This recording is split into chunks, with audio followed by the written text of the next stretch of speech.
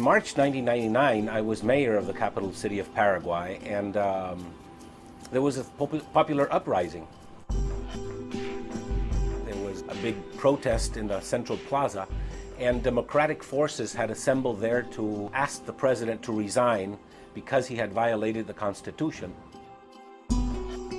And all of a sudden, they started shooting at the students.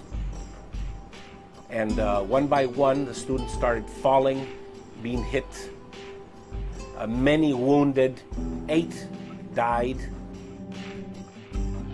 So this is when I decided that something had to be done, and I just ordered my city engineer to bring in 30 garbage trucks and 20 heavy equipments and surround the building of Congress.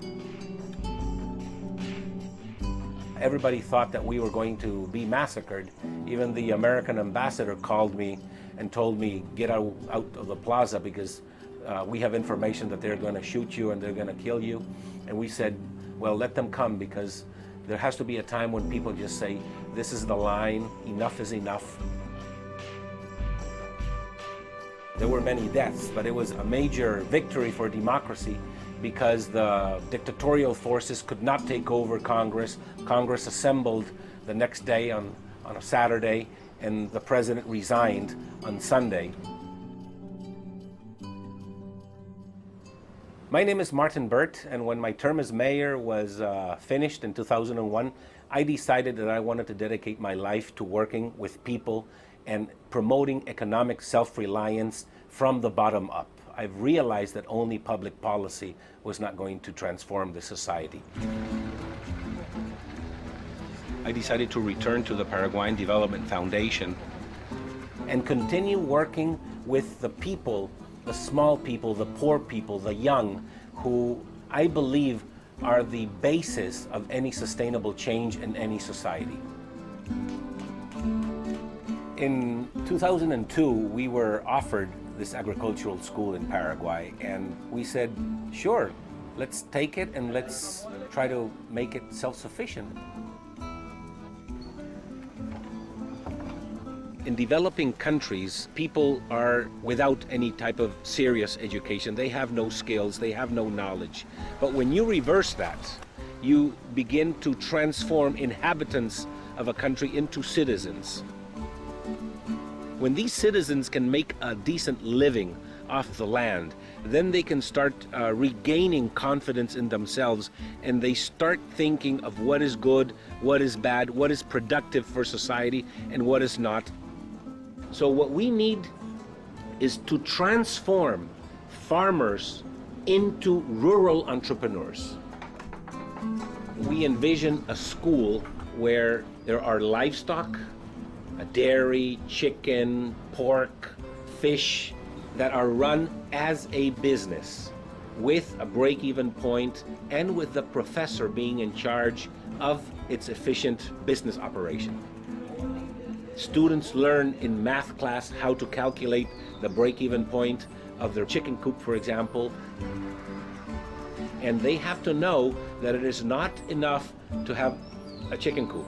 You have to have a chicken coop that will produce 170 eggs a day that have to be sold at such a price at the local market to earn such and such amount in order to pay the professor.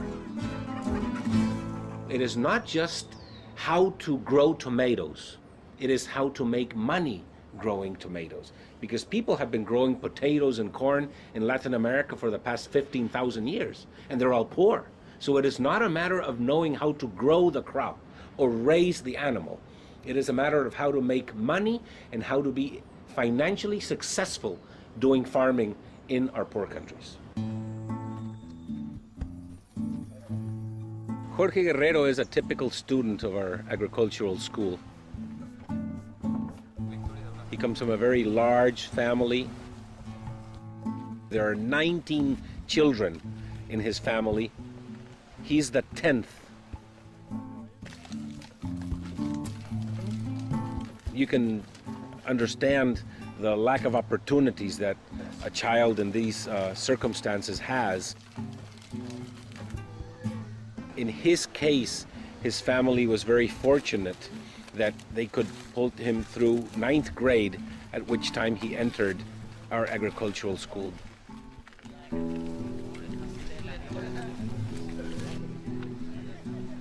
Y nosotros tenemos que producir de lo mejor, en mejor calidad, y el sistema de producción de la escuela es en forma orgánica.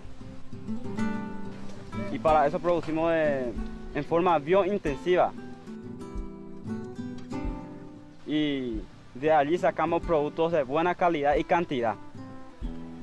Es producir mayor cantidad en menor espacio posible. De la producción agropecuaria, porque acá en Paraguay los pequeños productores, eso es lo que tiene el problema, no sabe sacar provecho, buen provecho, ganar plata de la pequeña agricultura.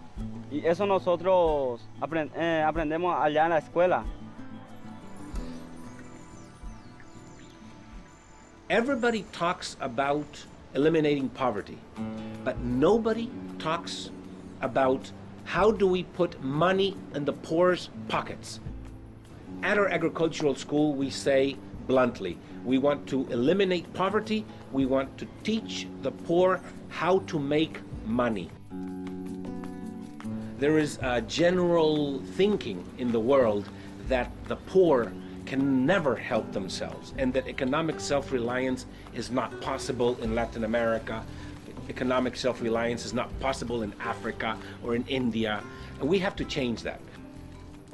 Every poor village in the world can have an economic self-sufficient agricultural school to teach its young farmers. And once you have rural entrepreneurs making money, they can become leaders of society and start a system by which people regain power. It's not a matter of expecting things from the top down, but really building a country from the bottom up.